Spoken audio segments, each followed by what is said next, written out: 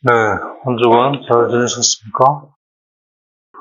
네, 지난 시간, 사라는, 인간의 하느님의 이끄심 안에서 그렇게 형성된 능력이죠, 그죠? 덕. 그래서 라 베리트 모랄. 실천적인 거니까, 이제 도덕적이라는, 이제 철학적 표현이 붙는 거죠. 도덕적 덕. 이건 이제 아내가 아니라 이제, 점유. 독점이 아니라, 누이처럼 나눌 수 있는, 잠깐만. 예. 독점이 아니라 줄 수 있는. 근데 이제 그 조건이 라퓨리티드 마음의 정결. 바로 이게 콩그레스형 달라베리티 이것의 이제 조건이 되는 거죠. 근데 이 정결이라는 말은 나의 어떤 순결함을 말하는 게 아니고요. 하느님 앞에 정결을 말하는 거죠. 하느님 앞에 어떠한 것에 대해서도 순전히, 온전히, 나를 봉헌하는, 퓨아트를 말하는 거죠.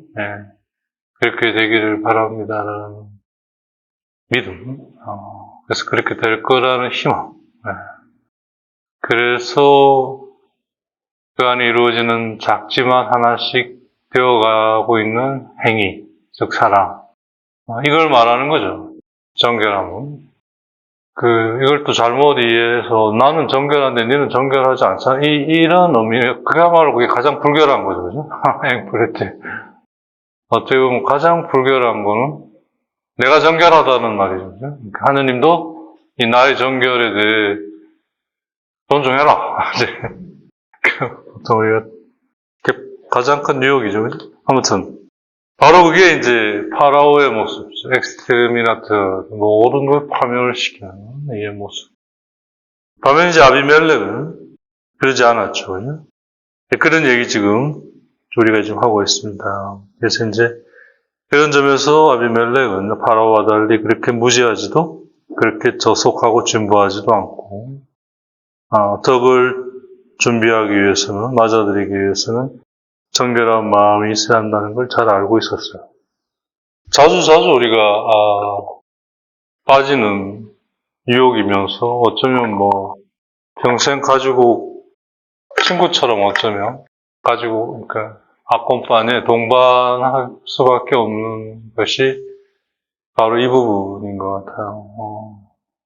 자신을 중심에 두고 이거조차도 나는 옳고 나는 정결하고 나는 깨끗하고 물론 그런 부분이 없는 건 아니겠죠. 하지만 그건 하나님 안에 그렇게 있는 거와는 완전히 다른 차원인 거예요. 되게 공동체 생활이든 부부 생활은 여러분들 전문가시니까 보면 이제 다 근원이 내가 정결한다 이거예요. 너는 왜 정결하지 않냐 이 말이거든요. 진짜 정결한 사람은 남이 정결하든 말든 관심 없는 사람이에요. 하나님 앞에 정결하기 위해 그것만 해도 벅차서 솔직히 관심이 없어요. 그러니까 다른 말로 하면 존중하는 거죠. 자기도 그러니까 남도 그럴 거라고 생각하는 거예요. 내가 하나님 앞에 그렇게 정결하려고 하기에 이것만도 벅차게 저 사람도 저러고 있을 거다. 그리고 뭘 뭐든 해도 그것 또한 그게로 가는 어떤 여정이겠구나 이렇게 그러니까 관대하고 온유할 수밖에 없죠. 근데 이제 그렇지 않으면 나 이래 정결한데 니는 이렇게 되면 다툼이 일어나는 거예요. 주님이 주시는 평화는 그런 거하고 다른 거죠. 주님이 주시는 올바름 또한 그것과 다른 거고. 주님이 주시는 올바름은 그런 것 같아요. 내가 그러니까 저 사람도 그러겠지. 내가 이렇게 정결하려고 하니까 저 사람도 정결하려고 하고 저 또한 그거에 한 일환이겠구나. 그러지 않은 나의 의로움은 내가 그러는데 너는 왜 안 그래? 너는 왜 맨날 그거 가지고 그래? 이렇게 되는 거죠. 그게 바로 파라오. 모습인 거죠. 예, 이제 그런 얘기를 지금 하고 있습니다.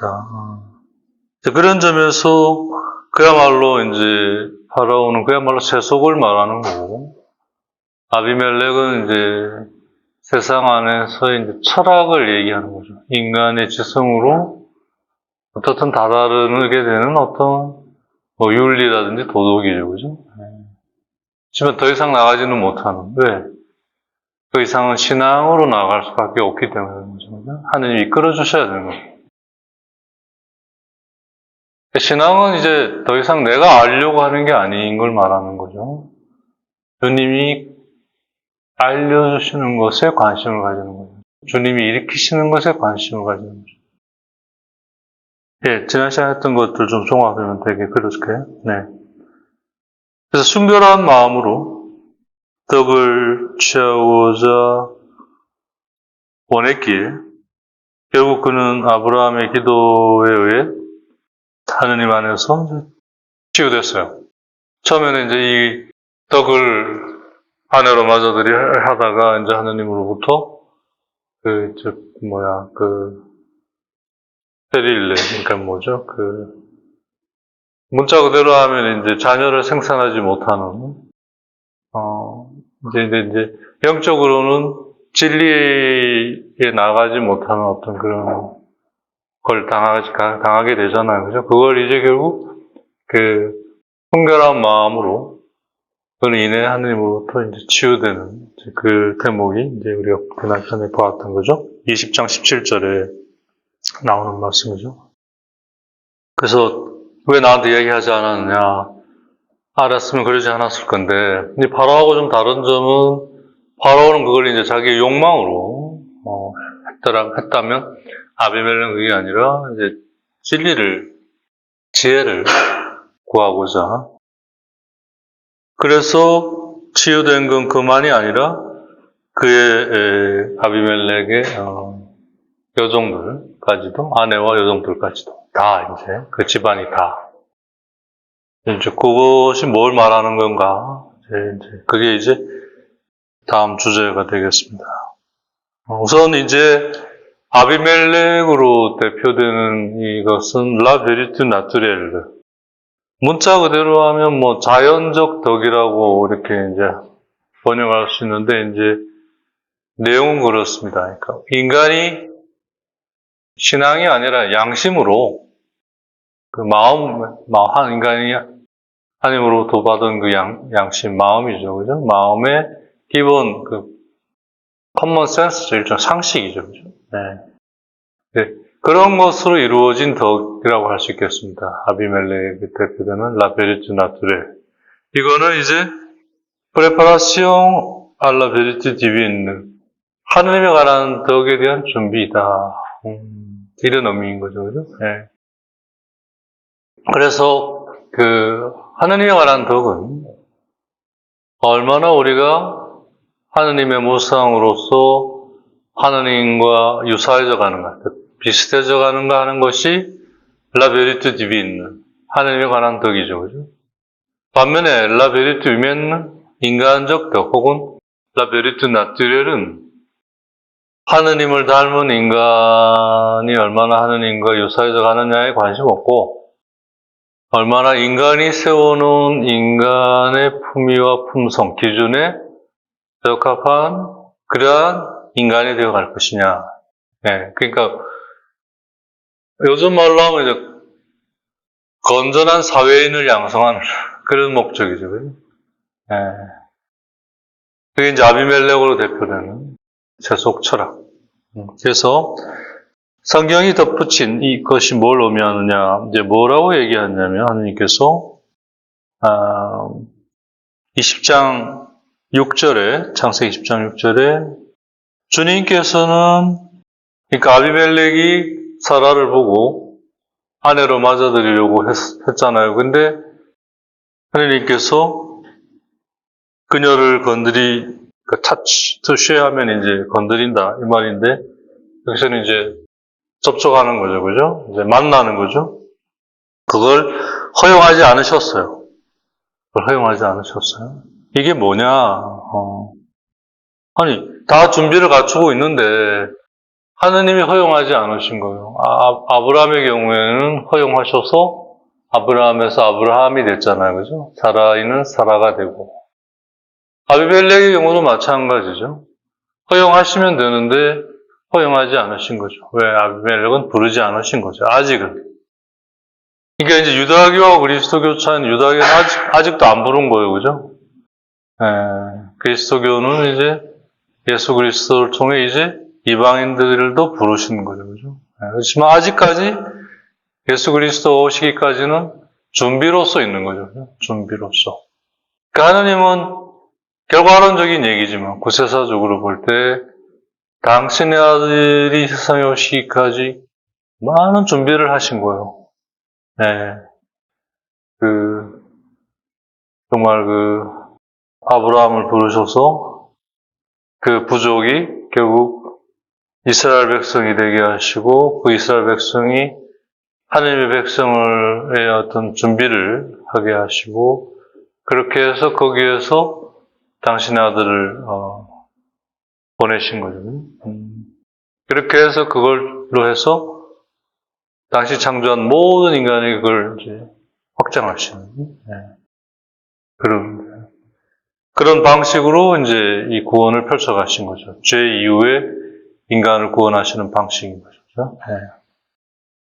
만일 누가 왜 하나님이 그렇게 하셨냐고 한다면 우리 관심 대상이 아닙니다. 그런 사람은. 자기가 알아서 찾아서 해결하세요. 우리는 그걸 믿고 거기에서 이걸 세워가는 사람들이고 우리는 그걸 질문하는 사람들은 이제 우리가 하고 어떻게 할 수가 없어요. 그건 알의 대상이 아니라 믿음의 대상이기 때문입니다.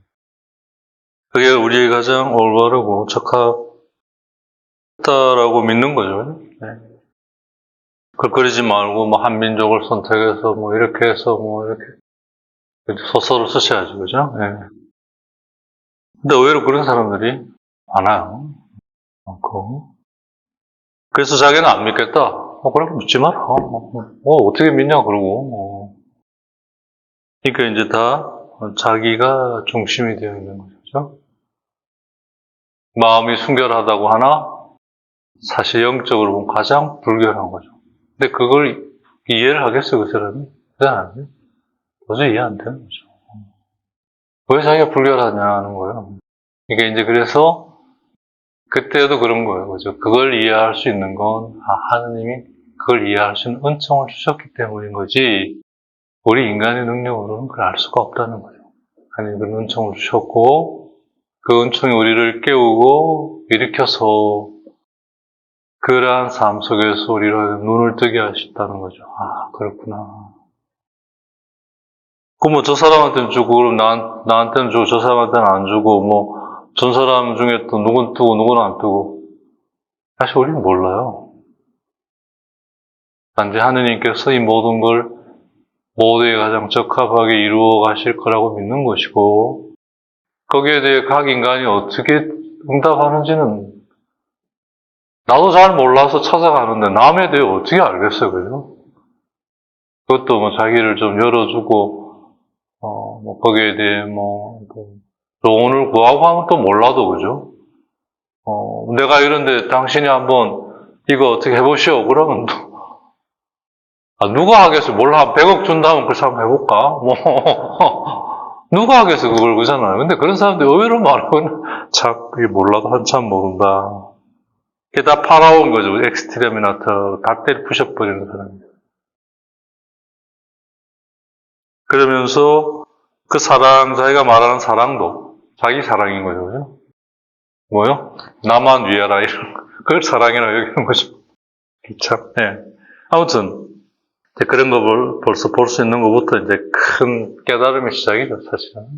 자기에서 나오기 시작하는 거기 때문에. 그래서 하느님은 이렇게 애들이 커가면 엄마 아픔에 떠나게 하는 거예요. 정신 차리게 엄마를. 남편이 말 안 듣는 것도 다 정신 차리라고 매일 하는 경고인 거예요, 다. 그걸 말 듣게 하려고 닭 잡듯이 잡은데 그게 잡히나요, 그게?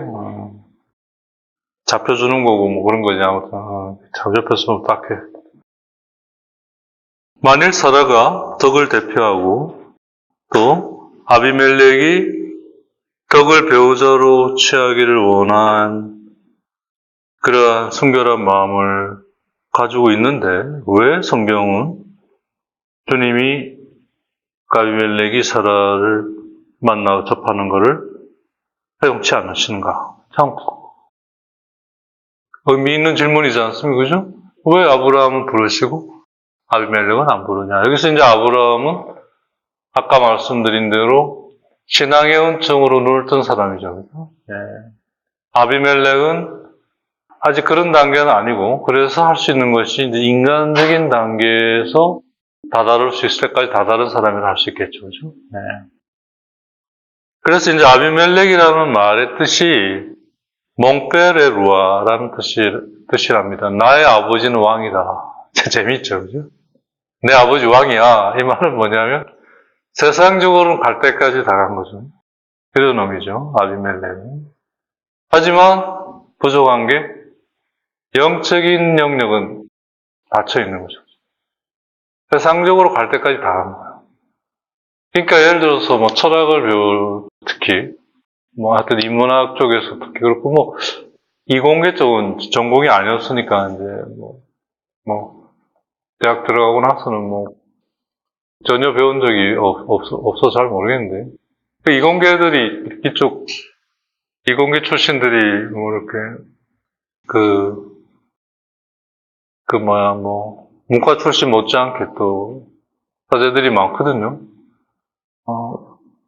그래, 뭐 이런저런 얘기 하다 보면 옛날 막상 시절에 어떤 자기 은사님 이런 거 얘기할 때, 문과만큼 그 이공계 교수들도 굉장히 어떤 신에 대한 그런 것들을 우리 애들한테 이렇게 눈을 뜨게 해주는 그런 얘기들을 가끔씩 이제 하다 보면 나오기도 하는데, 확실히 이제 그쪽은 좀, 소위 과학적 진리라는 의미에서 한계에 부딪혔을 때, 이제 그런 부분들이 더 강한 것 같고, 이제 인문계 쪽은 이제 인간의 지성으로 다룰 수 있는 문제들의 풀리지 않는 마지막. 근데 이제 거기에 하느님을 딱 대입하면 싹 다 풀리는데, 그러고 싶지는 않은 거죠. 그건 신학의 영역이라고 자기들이 규정하고 닫아버렸기 때문에. 그래서 대부분의 학생들은, 문과생들은 이제 그 속에 살죠, 그죠? 그 안에서 이제 사회를, 그래서 이제 그 안에 사회를 공부하고, 인간을 공부하고, 제도를 공부하고, 행정을 공부하고 하죠. 근데 이제 거기서 이제 신의 영역으로 들어간 사람들은 이제 이렇게 또 다른 길을 걷는 거죠, 그죠? 그러한 측면에서도 마찬가지로 왜 누구에게는 이걸 허용하고 누구에게는 허용하지 않는가 이런 문제인 거예요, 사실은. 그런 점에서 하느님에게는 모든 게 다 당신의 계획 안에서 다 불려진 이들이라는 것이죠, 그죠? 이게 서로 어우러져서 좋은 거를 가져오는데 누구는 이제 이러한 영역에서 누구는 저런 영역에서 하지만 결국은 다 당신 안으로 이렇게 이해되는 거죠. 아비멜렉이 뜻하는 말은 사라가 영에 의해 형성된 능력, 즉 덕이라고는 뜻을 가지고 있는 반면 아비멜렉은 내 아버지는 왕이다. 그런 뜻을 가지고 있고 이건 마치 뭘 의미하느냐 하면 아비멜렉은 세상의 지혜자들, 세상의 현자들, 세상의 학자들을 대표하고 있는 것으로 보인다는 거죠. 세속 안에서 인간적 기준으로 또 인간의 능력으로 다다를 수 있는 데까지 다다른 사람들이죠. 그래서 결국은 철학에 전념할 수밖에 없는. 왜냐하면 철학이라고 하는 게 이제 세속 학문에서는 가장 근본으로 들어간 거잖아요. 그죠? 필로소피라는 말 자체가 지혜를 사랑한다는 지혜라고 하는 것이 결국 이제 인간의 이성이 발견하는 것의 어떤 신에 대한 것이 아니라 그러니까 이제 힐랍 철학이 대표적으로 인간 지성이 다다른 어떤 가장 근본에 대한 것이죠. 인간 지성이 다다른 가장 근본에 대한. 그래서 처음에는 이제 자연 철학에서 자연의 어떤 구성에 대해서 그러다가 소크라테스를 기점으로 인간의 문제로 넘어오죠. 그죠? 네, 그렇게 해서 이제 점점점 그게 구체화돼가지고 인식의 문제, 논리의 문제, 윤리의 문제, 그래가지고 지금은 그들이 쓰는 말 자체가 무슨 말인지도 모를 정도로 전문화된. 예, 예. 그래서 이제 결국 철학에 이제 전념하게 되는 세상의 현자들 또는 학자들을 대표하는 게 이제 아비멜렉. 그래서 이들은 아직도 앙티에르망, 전적이고 플레누망, 충만하게 라 레그르 델라 피에테, 진심의 규칙에 이르지 못한 사람이라는 거죠. 여기서 이제 말한 라 레글르 델라 피에테, 레골라 피에타티스. 여기서 이제 아주 중요한 개념이 오리게네스에서 나오는데요. 신앙은 결국 뭐냐? 그 신앙의 태도인 피에타로 드러나는데, 피에테가 이제 이거잖아요. 두 가지 뜻을 가지고 있는 거죠. 하느님께서 인간에게 대하시는 태도. 결국 이건 이제 정말 그 어려운 한자 말이지만, 국률이 여기심이죠. 정말 불쌍히 여기심이에요. 여기서 말하는 불쌍히 여기심은 정말 자비로움을 말하는 거죠. 인간의 몸을 받아들이시는, 마치 부모와 같은 그런 마음인데, 그게 피에테고, 똑같은 단어인데, 또 하나의 뜻은 그러한 하느님의 태도를 알고, 거기에 그렇게 응답하고자 하는 거죠. 그러시는 하느님께 나도 온전히 나를 그래서 드리고자 하는, 그 또한 피에테예요. 그래서 전자의 경우 하느님의 피에테는 자비하심, 국률이 여기심 이런 뜻이 되겠고, 두 번째 피에테, 즉 인간이 하느님께 드리는 진심은 공경과 경애와 찬미와 감사와 이런 것이 되겠죠. 구체적으로. 그래서 이제 그걸 신심이라고 표현하죠. 그죠? 신심. 믿는 마음은 번역은 그렇게 했죠. 하지만 그건 이제 결국 찬미나 감사, 공경, 경애 이러고 드러나는 거죠. 그죠? 그렇게 구성되어 있는 거죠. 즉 하느님의 자비와 불쌍히 여기심은 인간의 하느님에 대한 찬미와 감사와 공경과 경외가 맞물려 있는 거죠. 그죠? 이게 의로움인 거예요. justice. 올바르고 맞는 거예요. 그래서 예를 들어서 이거 맞나요? 라고 한다면 정말 그게 맞는지 안 맞는지를 보려면 이 피에테의 두 관점에서 보면 나오는 거죠. 그죠? 맞는지 안 맞는지. 사실 엄밀한 의미에서 그게 그러한 그 피에테의 관점에서 맞느냐 안 맞느냐 하는 건 사실 틀린 질문이에요. 결국 이것이 그 피에테로 가는데 도움을 준다면 맞는 거죠. 더 정확하게 말하면 좋은 것이 되는 거죠. 선한 것이 되는 거고, 이게 그걸 향해 가는데 장애를 일으키거나 장애를 일으키거나 방해를 일으킨다면 나쁜 것이 되는 거죠. 그래서 맞느냐 안 맞느냐는 말은 좋은 것이냐 나쁜 것이냐라는 걸로 판치될 수밖에 없고, 좋은 것이냐 나쁜 것이냐는 것은 도움이 되느냐 도움이 되지 않느냐는 것으로 더 해석될 수밖에 없고, 도움이 되고 안 되고는 사실 엄밀한 의미에서 하나님께 달려있는 게 아니라 나에게 달려있는 거죠. 그렇기 때문에 내가 하느님 안에 있고자 하고 하나님을 향해 가고자 한다면 어떠한 것도 나에게 일어나는 것들은 하나님께 가게 할 수밖에 없기에 다 좋은 것이라는 거죠. 그렇기 때문에 참으로 하나님을 믿고 하나님께 나아가고자 하는 이들은 그 전형이 예수님이잖아요. 그죠? 관대할 수밖에 없고 온유할 수밖에 없죠. 여기서 말하는 관대함이나 온유함은 좀 세속적인 표현을 빌리면 열려있느냐 열려있지 않느냐 그런 의미라고 하겠죠. 그건 아니야. 들어보지도 않고 그건 이런 건 좀 닫혀 있는 거죠. 그죠? 그래요? 그건 뭘 말하는 거죠? 그리고 그게 아니라면, 네, 그때 가서 이제, 그죠? 그것도 정말 나의 태도에 좀 하나님께로 가게 하는데 도움이 줄 수 있다면. 그런데 그건 모르죠, 그죠? 지금 당장은 도움을 주지 않을 수 있지만, 그게 또 언젠가 어떤 상황에서는 도움을 줄 수도 있거든요. 그런 점에서 하느님 위에 어떠한 것도 절대적일 수가 없는 거죠. 상대적인 거죠. 즉, 그런 점에서 그 자체로 영원한 것은 없죠. 그걸 통해 내가 그런 점에서 어떠한 것도 지나가는 일시적인 것인데 그걸 통해 내가 하느님께로 나아가는 것의 길을 찾고 만나서 그게 나의 것이 되어갔다면 나를 구성했다면 그건 영원한 것이 되는 거죠. 이런 점에서 이분법이 없어요. 하나죠. 하나인데 그걸 구성하고 있는 원리가 이분법적이죠. 그죠? 왜냐하면 우리 인간은 육을 가지고 있기 때문입니다. 완전하지 않기 때문에. 그리고 하나님이 우리에게 육을 주신 건 그걸 실제화해야 나의 것이 될 거 아니에요. 그죠? 참된 것이 될 거 아니에요. 영원한 것이 될 거 아니에요. 그죠? 네. 그런 것과 맞물려 있는 거죠. 이게. 전체적인 그 원리와 맞물려 있는 거죠. 그러니까 이게 이제 분명하게 서기까지는 굉장한 혼란을 인간이 겪고 또 겪을 수밖에 없어요.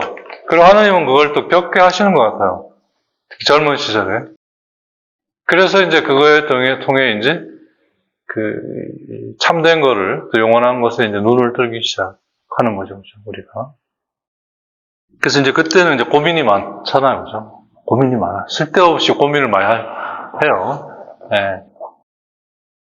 근데 이제 갈수록 하나님에 관한 것들이 지혜가 돼서 쌓여가고 그게 나를 구성해 갈수록 단순해져 가죠. 그죠? 컴플렉스한 데서, 복잡한 데서 단순해져 가요. 그래서 뭐 중고등학교 애들 이렇게 뭐 가끔씩 뭐 부모가 데리고 와서 이 얘기하는 거 그 자체로 복잡성 그 자체예요. 그리고 그때는 그럴 수밖에 없어요. 그냥 뭐 부모가 다시 커요. 복잡한 대로 놔둬야 돼요. 그거 좋은 거예요. 그때 단순하다. 그건 멍청한 거예요. 그건. 전능하거나 멍청하거나. 그때는 복잡해야 돼. 근데 나이가 들어서 막 80, 90인데 복잡하다. 이게 진짜 정신병이에요. 그죠? 그때는 단순해야 돼. 나이에 맞는 소위 칼리피카시옹. 자질을 우리는 갖춰야 돼요. 정말 우리는 그러니까 이렇게 교우들은 이해했어요. 하느님 앞에 모든 인간은 동등해요. 부모나 자식이나 형제나 자매나 이런 거에 어떤 사용자나 뭐 피사용자나 뭐 이런 소위 갑과 을의 상하관계는 인간 사이에는 없어요, 원래. 근데 이제 죄로 인해 우리가 잃어버린 능력을 회복해야 되는 게 급선무가 되니까 하느님께서 이걸 우리에게 이걸 하기 위해 가장 적합한 형태로 엮어놔 주셨어요, 인간을. 그러기 위해 올 때 싹 까먹고 오는 거죠, 그죠? 모든 인간은 하느님 앞에 공평하다는 걸 싹 잊고 오는 거예요. 그래야, 엄마구나, 아빠구나, 뭐, 형이구나, 나중엔 다 뭐, 무시해버리지만, 그래도 어느 정도 눈 뜰 때까지는 엄마라고 해줘야 밥을 얻어먹고, 뭐, 이럴 거 아니에요, 그죠? 관계성은 어느 정도까지만 있는 거예요, 사실은. 그러니까 고부간의 갈등이나 뭐 형제간의 갈등은 신앙의 눈으로 보면 그야말로 죄가 될 수밖에 없어요. 하느님이 주신 임시의 질서에 완전히 우상으로 돼버린 거 아니에요? 네. 그러니까 어느 정도 이게 이제 옛날 말로 명호가 열리면, 즉 어느 정도 어른이 되면 다 인정해줘야죠, 그죠? 지금까지 이제 그렇게 했지만 이제는 하느님 안에서 동등한 한 인간으로 같이 있어야 하는 거예요. 물론 그걸 무시하는 건 아니지만 그래서 누가 내 형제고 누가 내 자매고 누가 내 어머니냐 말씀을 그렇게 하신 거죠. 그렇다고 성모님과 예수님의 관계가 단절되거나 뭐 성령색과 이런 게 단절되고 그런 건 아니잖아요. 다른 차원이죠. 네. 그걸 전체적으로 다 싸잡으려고 하니까 그게 이제 자기 방식이 될 수밖에 없고 그러니 갈등이 일어날 수밖에 없는 거죠. 네. 근데 그걸 뭐 아무리 뭐 심리적으로 뭐로 뭐 풀어보려 해봐야 자체가 아닌데 그게 됩니까? 그죠? 잠시 임시 방편증 밖에 되지 않는 건데. 이러한 측면에서 이 모든 것들을 아우를 수 있는 것은 바로 라 레글르 델라 피에테라는 거죠. 신앙의 규칙이라는 거죠. 이제 옛날 말로 레골라 피데이라고 하죠. 신앙의 규범, 신앙의 규칙. 그래서 이제 옛날 교회는, 이전의 교회는 뭐 교리문답이나 뭐 이런 걸 내서 이제 완전히 사람들 머릿속에 완전히 박아 넣은 거죠. 달달달달 외우게 해서 그냥 하면 안 외우니까 판공성사 때 성사 안 보면 지옥 간다 딱 겁줘놓고 성사 보게 하기 위해 성사표를 나눠줄 때 이걸 시험 보는 거예요. 그죠? 그래가지고 어떨 때는 아들은 학교 가고 아버지는 떨어져가 집에 못 가고 막 어중간한 뭐 이런 이 아주 코미디 같은 상황이 막 그날로 이제 아버지의 거지는 그냥 끝나는 거죠. 그래서 밥도 못 얻어먹고 막 다른 집 가서 밥 먹고 막 옛날에 얘기 들어보면 그래서 이제 자고로 옛날에 그 왜 천주교 집안의 딸들은 좋은 며느리감 후보였대. 똑똑하니까 다 외우잖아요, 그죠? 보니까 오 똑똑하거든, 똘똘하거든. 그러니까 데리고 가는 거. 그래서 레골라 델라 피데, 라 레글르 델라 피에테. 즉 아비멜렉과 아브라함을 가르는 기준은 결국 신앙에 관한 것이고, 이건 결국 신앙의 규칙에 대한 인지 능력이 있는 거죠. 근데 이건 엄밀한 의미에서 능력이라기보단 덕에 해당이 되는 거죠. 네. 거기에 대한 준비, 조건은 갖추었으나 조건일 뿐인 거잖아요. 그죠? 거기에 대한 실제성을 가져야죠. 레알리티. 이게 아직 즉 레글러 델라 피에테 신심의 규칙은 결국 뭐냐? 하느님이 모든 것들의 아버지이고 왕이시고 우주를 창조하시고 이끄시고 하는 것으로 그걸 아는 것으로 끝나는 게 아니라는 거죠. 그래서 그분이 친히 나와 인격적 관계 속에서 나와 함께 하시고 그 전체가 바로 나를 당신 안에 이끌어 가셔서 당신으로 이끄셔서 당신처럼 되어 가시게 하는 거라는 것까지 포함이 되어야 레골라 델라 피에테 신앙의 규칙이라는 거죠. 그냥 세속에서 다가갈 수 있는 마지막 자리는 하느님이 모든 것의 아버지고 주인이시고 주재자이시고 그런 측면에서 우주를 창조하시고 주재하시는 건 인정한다. 그걸로 끝. 그래서 지금 우리가 이렇게 있다. 이제는 그걸 가지고 우리가 한다. 그게 바로 작은 아들의 모습이죠. 그죠? 아버지로부터 받아 자기의 세상으로 갔다.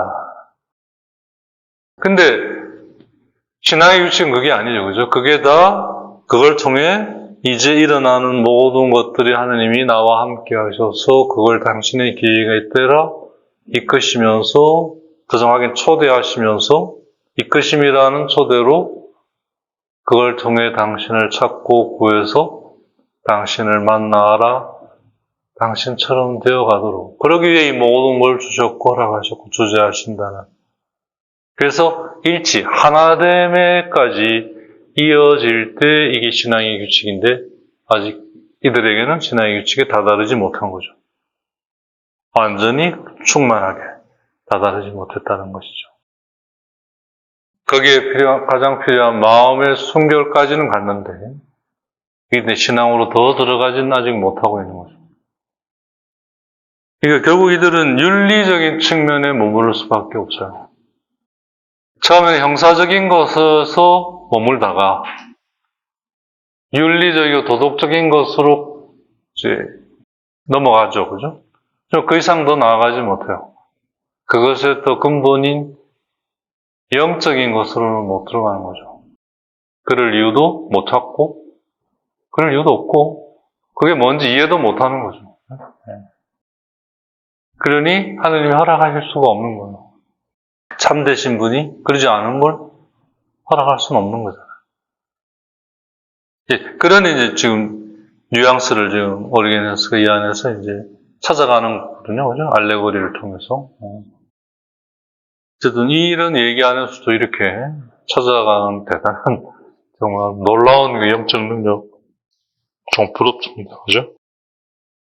네, 결국 이것은 일종의 라 필로소피 모랄, 구태 번역하자면 뭐 도덕 철학, 뭐 이제 윤리죠, 일종의, 그죠? 네, 윤리라는 측면에서 머무를 수밖에 없고, 결국 이러한 측면에서 이들은 어떤 점까지 마음의 순결함을 비양하고 또 그들의 온 능력과 온 열정으로 이것들을 찾고 추구하고자 했겠지만 또 그렇게 했지만 저희 라베르트 디빈 신적 덕 하나님에 관한 그 능력에 대한 엑스피라시옹 뭐, 세속말로는 영감이지만, 이제, 원뜻은 하느님이 불어넣어 주시는 숨이죠, 그죠? 엑스피라시옹. 그에 대하지 그들은 충분히 그걸 꿀팁에 배양하다, 재배하다, 뭐, 키우다, 이런 말이잖아요, 그죠? 그렇게 하지는 못한 거죠. 아무튼, 그런 점에서 아비멜렉의 이 얘기는 나중에 예수 그리스도께서 하실 것에 대해 예표가 아니죠. 예표로 드러나는 거죠. 그죠? 아직 아브라함은 하지 못한. 왜냐하면 하나님이 허락하지 않으셨으니까. 예. 즉, 하나님은 바로 이러한 세속의 사람들이 하나님의 덕, 즉, 사라를 타치하도록 허용치 않으셨어요. 왜냐하면 아브라함이 아무리 위대하고 훌륭하다 하더라도 그는 결국 세르비트, 섬기는 이였던 거죠. 그죠? 하느님으로 불려줘서 하느님을 섬기는 이. 그리스도는 또한 겉의 모습으로는 아브라함처럼 불려줘서 섬기는 이의 모습이었지만 보니까 이건 좀 다른 거예요. 경우가 하느님의 아들이셨던 거예요. 당신 또한 인간으로 오시는 순간 우리와 똑같이 이전의 것이 싹 지워지는 거예요. 안 그러면 태어나면서부터 나 하느님의 아들이 이게 웃기는 상황이 되잖아요. 그죠? 그러니까 하느님은 열이 없이 모두가 이 세상에 오는 순간 싹 지우고 그걸 이제 네가 찾아가도록. 그래서 네가 그렇게 되도록. 그래서 참으로 네가 되는 거예요. 그죠? 우리는 하느님의 자녀가였고 하느님의 자녀가 되어가는 거예요. 그렇게 해서 예수님은 그리스도셨고 즉 하느님의 아들이셨고 하나님의 아들 찾아가다 보니까 하나님의 아들이 되어가셨고 하나님의 아들이신 걸 알게 된 거죠. 그리고 주위 사람들도 알게 되고 이렇게 그래서 하나님께는 된 거예요. 우리에게는 이제 되어가는 거고 하나님과 인간의 관계는 그 되어가는 과정 속에 하나로 얼마나 하나로 되어가는 건가 이게 문제인 거죠. 이게 이 세상에서 그리고 저 세상에서 영원히 이어지는 거죠. 근데 이 세상은 특별한 시기이기 때문에 어떻게 보면 특별 재난의 시기라고 할까요? 일종의 희년에 가깝죠. 그죠? 그래서 모든 게 용서되죠. 모두에게 해가 비치고 의인에게든 악인에게든 비가 내리는 것과 똑같은 거예요. 그러니까 이 시기에 집중적으로 하나님이 모든 걸 다 용서해 주시기에 우리가 해야 할 가장 기본적인 것만 전념하기에 딱 좋은 시기와 공간이죠. 세상에 갚으려면 이제 이거를 내가 대가를 치러가면서 해야 되니까 이게 얼마나 힘들어요. 여기에만 전념하게 되어 있는 이 세상에서도 못했는데 되겠어요. 그죠? 근데 우리는 이제 이 세상에서 거기에만 전념하도록 하느님이 주신 이 규칙 안에 신경 안 써도 되는 하느님이 다 해주신다고 얘기한 먹고 사는 문제 이런 거에 이제 모든 자원을 쏟아붓는 거죠. 그러니까 이제 먹고 사는 문제는 결국 뭐에 대한 실제적인 표현이냐 단지 먹고 사는 문제가 아니더라고요. 가만히 보니까 먹고 사는 문제는 다 해요. 자기가 움직이기만 하면. 먹고 사는 문제라는 그걸 싹 벗겨내면 실제 그 안에 뭐가 꽈일투고 있냐면 남보다 뒤처지지는 않는. 남보다 뒤처지는 건 못 견디는 거예요. 앞설 마음은 없어요. 물론 앞설 마음이 있는 사람도 있겠지만 대부분의 선한 사람, 세속적으로 선한 사람들은 뒤처질 마음, 앞설 마음은 없지만 뒤처질 마음도 없다고. 거기에 모든 걸 다 쏟아붓는 거죠. 복음서 어디에도, 성경 말씀 어디에도 남한테 뒤처지지 말라고 내가 너에게 이 모든 걸 주겠다, 허락했다는 말은 없어요. 만약에 그랬다면, 그게 하나님의 뜻이었다면 예수님은 이 세상에 오셔서 모두에게 뒤처지지 않게 해주셨겠죠. 근데 그렇게 하지 않으셨어요. 즉, 그런 걸 통해 본래의 것을 찾아갈 수 있었던 사람에게 그러한 기적들이 일어났던 것이죠, 사실은. 그럼 결국 뭘 얘기하느냐? 지금 일어나고 있는 모든 것에 대해 하나님에 대한 신뢰 속에서 그게 왜 너에게 일어나고 있는지를 하나님과 함께 찾고 하나님 안에서 구하고 그래서 하나님을 만나가라.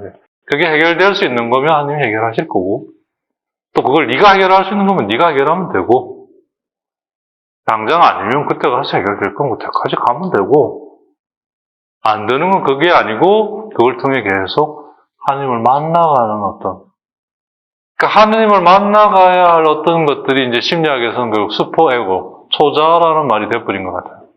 걔들이 그런 개념이 없으니까, 이건 어떻게 해도 안 된다. 슈퍼에고라는 게 뭐 예를 들면 부모 관계라든지, 그죠? 뭐 형제 관계, 어떻게 해볼 도리가 없는 그런 걸 슈퍼에고라고 하잖아요. 어떻게 할 수가 없다고, 이거 뭐. 맨날 그게 짓눌려가지고 뭐, 이게 뭐 맨날 이제 씨름하는 거죠, 그죠? 그게 좋은 거죠. 깨어있게 하니까. 그게 노예가 되지만 않으면. 아무튼 이제 아비멜렉에서 드러나는 이제 모습들이 오늘날로 치면 이런 것이죠. 그죠? 벌써 창세기에서 아브라함이 불려줘서 새로운 땅으로 이동해 가는 여정 속에 이 얘기가 나오는 것은 당신의 아들을 보내시기 위한 준비를 처음부터 인간을 부르실 때부터 당신은 마련하셨다라는 걸 얘기하고 있다고 오르긴에서 이제 우리한테 제시하는 거죠. 프로포즈 앞에 두는 거죠, 그죠? 네. 그런 점에서 아브라함은 세르비트, 그걸 섬기는 이였어요. 예수님은 섬기는 이였는데 보니까 섬기는 이를 넘어서서 바로 그 주체이신 거였어요. 예수 그리스도였던 거죠. 바로 그걸 인간 알아보기 시작하면서 당신은 하나님의 아들, 살아계신 하나님의 아들이십니다라고 고백하기 시작한 거죠. 근데 이 고백의 여정은 생각만큼 그렇게 달콤하고 감미로운 여정은 아니었던 것 같아요. 끝없이 의심하고 또 미워하고 하면서 정화의 과정을 거쳐간 것 같고 결국 유다스는 그 정화의 과정에서 결국 탈락한 거죠. 스스로가. 결국 끝까지 자기의 방식을 버리지 않았던 걸로 보여요. 베드로는 자기의 방식대로 갔지만 그 앞에서 굴복했죠. 그래서 하느님이 허락하시고 하느님이 받아들여 주셔야 참 이건 신앙의 눈이 아니고는 참 이해하기 어렵죠. 그죠? 네. 하느님은 결국 이런 걸 종합해 볼 때 하느님은 결국 방법의 문제가 아니라 태도를 보시는 거죠. 그거를 어떤 태도로 하느냐. 네가 할 수 있다고 여긴다면 어느 정도까지는 허용하시지만 그게 당신과 함께 할 수 없을 정도로까지 흘러넘치면 이제 베드로 같이 그죠? 그래서 깨닫는 거죠. 그분이 허락하시지 않으면 할 수 없는 것들이구나. 뒤집어 이야기하면 지금 이런 것들을 내가 만나고 나름 그 안에서 기쁨을 찾을 수 있고 그게 나에게 빛이 되고 정말 그 시편의 말씀처럼 내 발에 등불이 되어 희미하지만 나를 이끌어간다면 하나님의 뜻 속에 있는 것이죠. 네? 하나님이 그걸 허락하셨고 거기에 내가 응답해 가고 있다는 얘기인 거죠. 놀랍게도 그런 상황이 되면 그러지 않은 것보다 뭐랄까요. 그 결실이 진짜 30배, 60배, 100배보다 더한 다 챙기질 못할 뿐이지 그거에 대한 결실, 프루트 그리고 플러리, 그 꽃피는 만개하는 것은 그러니까 이제 영적으로 성숙하고 성장해 간다는 것은 그 만개되고 결실에 대한 이해력과 거기에 대한 그 인지 능력이 커가는 것과 같은 것 같아요. 영적인 성숙은. 미성숙과 진행과 그 결과에 대해서는 별 차이 없는 것 같은데, 그에 대한 인지 능력, 그에 대한 이해 능력은 완전히 이제 여기서 갈리는 거죠. 근데 그건 경험이고, 얼마나 더 주님 안에서 이러한 것들을 소위 엑사이즈 해봤는가. 그래서 이제 뭐, 30년, 40년 한 스승의 춤 사이와 이제 시작한 사람의 춤 사이가 같을 수가 없는 것 같은 거거든요.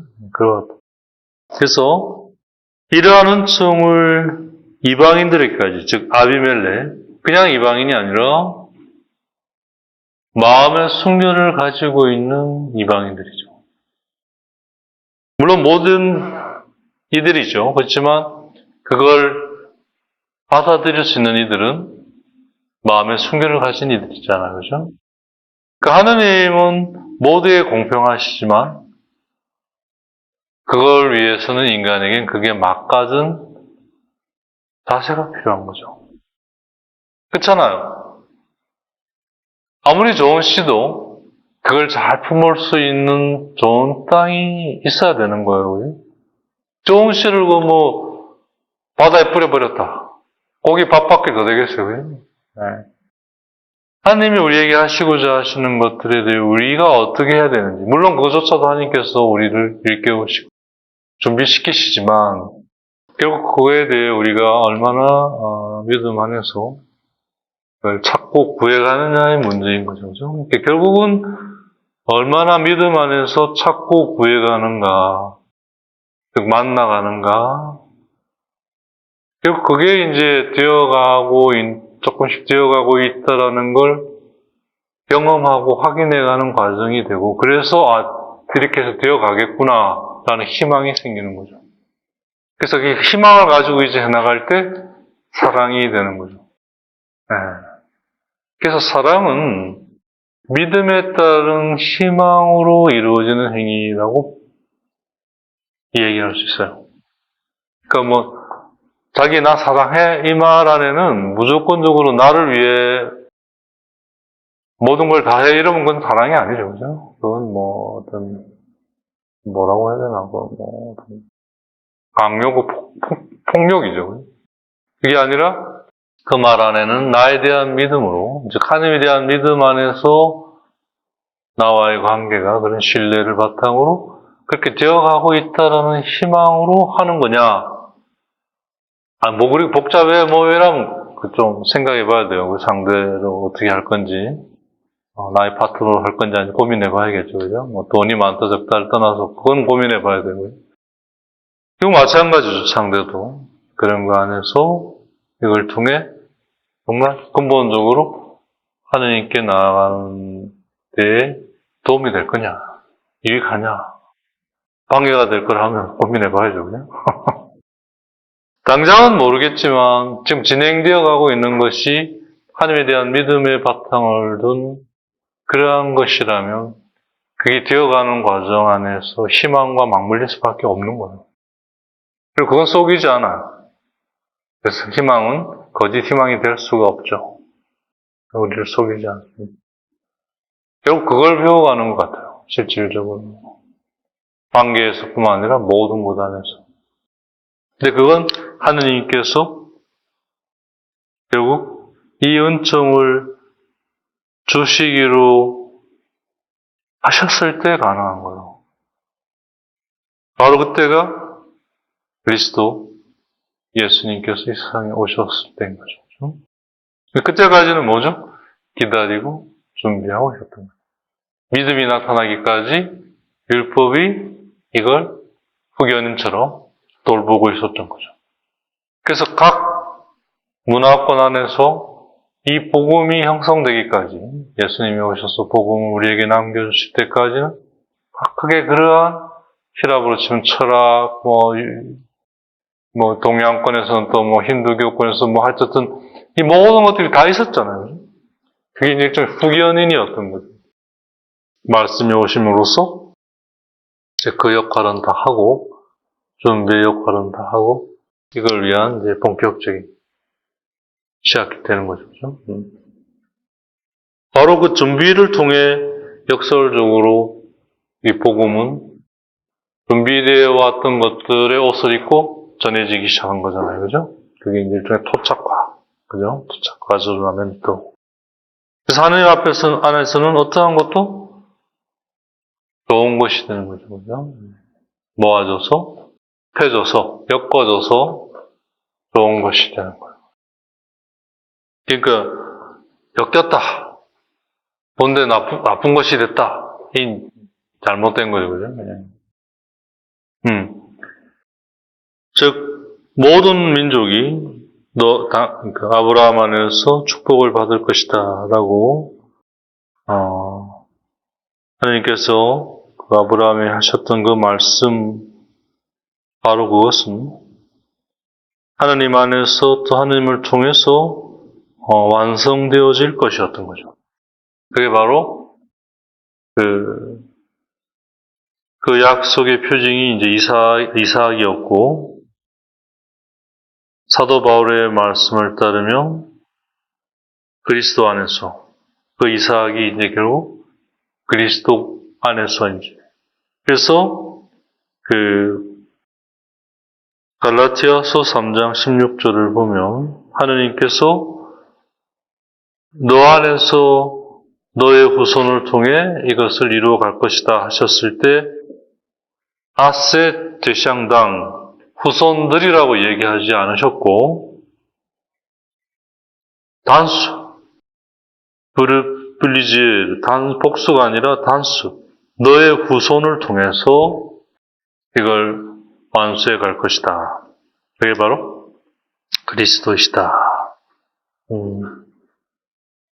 그래서 모든 나라는 너 안에서 축복을 받을 것이다. 아브라함 그리고 아브라함의 후손. 그래서 복수가 아니라 단수. 쓴 게 결국 그리스도를 예표하기 위한, 드러내주기 위한 것이었다는 것이죠.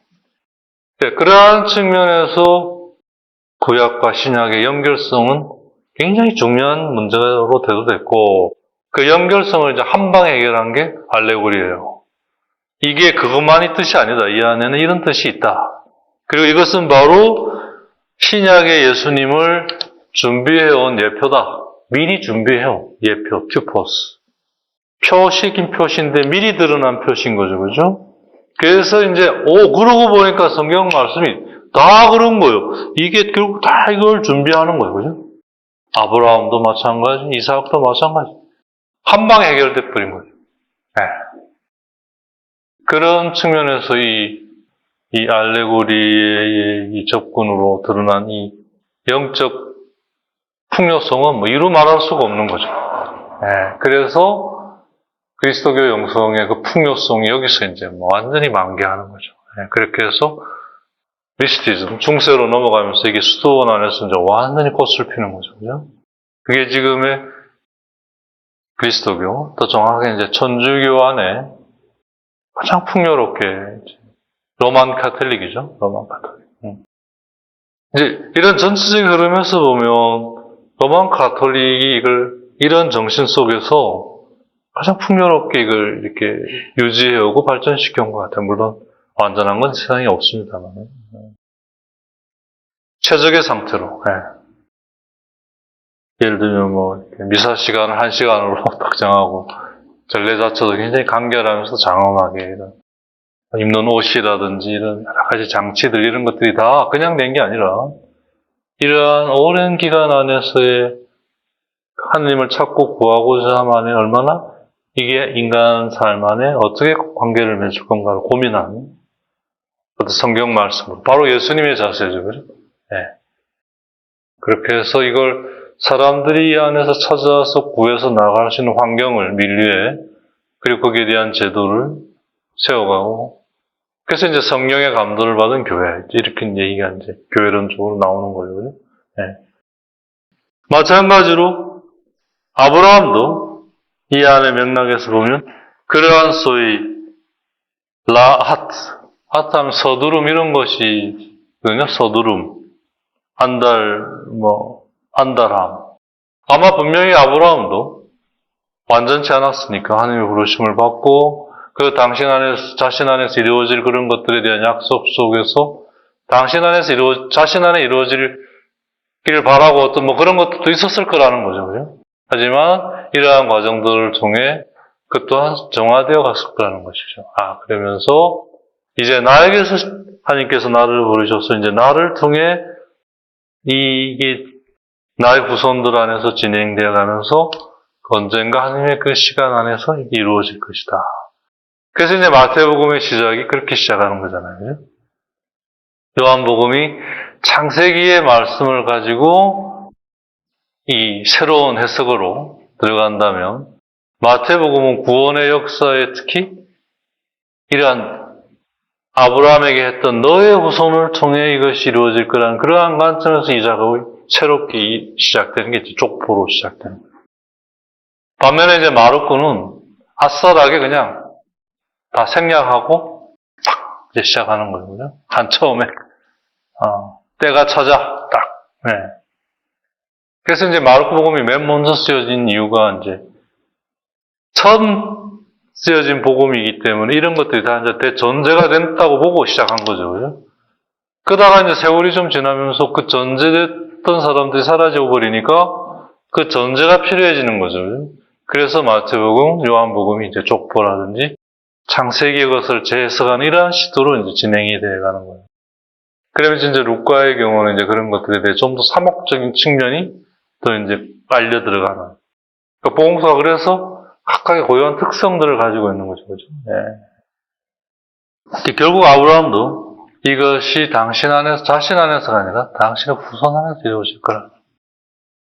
하느님의 이 것은 그야말로 그래서 그래주얼, 점진적이에요.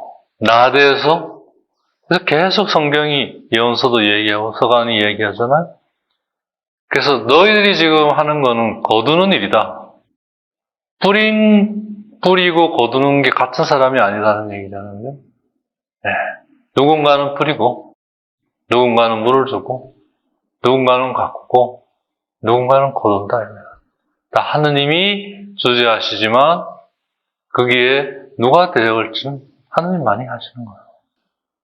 이게 다 아브라함이 겪었을 정화의 과정. 아브라함 또한 자기 안에서 이루어지길 바랬을 것이고 그에 대한 서두름이 없지 않았을 거라는 거죠. 하지만 하느님 안에서 그걸 배워간 거죠. 그죠? 그게 그가 평생 하느님이 보여주시는 새로운 땅으로 옮아갔던 이유인 거예요. 평생 그렇게 아브라함은 살았어요. 우리 삶도 마찬가지죠. 그죠? 단지 우리는 이제 아브라함과 다른 건 하느님이라는 새로운 땅으로 계속 옮아가는 거죠. 그죠? 그리고 우리 아브라함과 달리 벌써 그 축복 속에 있는 거예요. 우리 이제 되어가는 일만 남은 거죠. 그래서 갈라디아서 3장 16절에 이 수천 년을 이어 몇 년이 이어온 이 구원의 역사가 아브라함에서 시작되어 그리스도 안에서 완성이 되어 바오로 안에서 이제 구체화되는 이 여정을 참 바오로 사도가 아주 간결하면서도 분명하게 이해하고 정리해 낸 건데요. 이게 바로 갈라디아서 3장 16절에 나오는 말씀에서 찾아볼 수 있겠습니다. 하느님께서 아브라함과 그의 후손에게 약속을 해주셨습니다. 그런데 많은 사람을 뜻하는 후손들에게가 아니라 한 사람을 뜻하는 너의 후손에게라고 하셨습니다. 이분이 곧 그리스도이십니다. 이삭을 통해 야곱, 모세 이렇게 이어져 내려오는 그런 족보에 나오는 그런. 즉 이걸 통해 이제 모든 것은 하느님 안에서 마련이 된다. 준비되고 마련이 되어 진행된다. 야훼 일의 얘기가 자리를 잡는 거죠, 그죠? 어떠한 것도 그냥 되는 건 없어요. 비록 하느님이 하시지 않았다 하더라도 인간의 죄로 인해 일어났다 하더라도 죄악의 경우 인간의 죄, 세상의 죄로 에 일어났다 하더라도 하느님께서 그걸 가지고 이렇게 당신의 계획 안에서 품어서 당신의 것으로 만들어 가신다는 거죠. 그래서 전지전능하신 하나님이죠. 하나님이 전지전능하시면 우리가 생각하는 건 좁은 의미가 아니죠. 그죠? 아주 넓은 의미죠. 그리고 그걸 통해 죽은 사람도 살려내시는 하나님이시다. 그게 이제 우리 신앙이 기본 골자이고, 그 과정이 이제 세례죠. 그죠? 정화되고, 조명되고, 일치되어 부활로 나가는. 이게 이제 구원의 역사이고, 구원의 길인 거예요. 그 얘기가 이 방대한 이 책 안에 이제 서술되어 있는 거죠. 그죠? 각각의 그 고유하게 받게. 네. 그리고 이제 이걸로 고정시켜서 이걸 가지고 이제 좀 눈을 뜬 다음에는 모든 것으로 확장해라. 네. 이 정도만 해줘도 감사하죠. 이따만 하면 뭐 어떡하겠어요. 그죠? 이 정도를 해주시니까, 아유, 감사합니다. 오리게네스의 그 많은 책들이 다 불타고 일부만 남았는데도 이 정도인데, 다 남았으면 우리 같은 사람 죽는 거예요. 그냥. 그러니까, 아이고, 누가 불태웠는지 감사하죠. 감사해요. 오케이, 오늘은 여기까지. 내일은 이제, 다음 시간에는 아비멜렉의 이제 아내와 여종들은 뭘 말하는 건가. 거기에 대해 조금 더 얘기하도록 하겠습니다. 네, 오늘 여기까지 하겠습니다.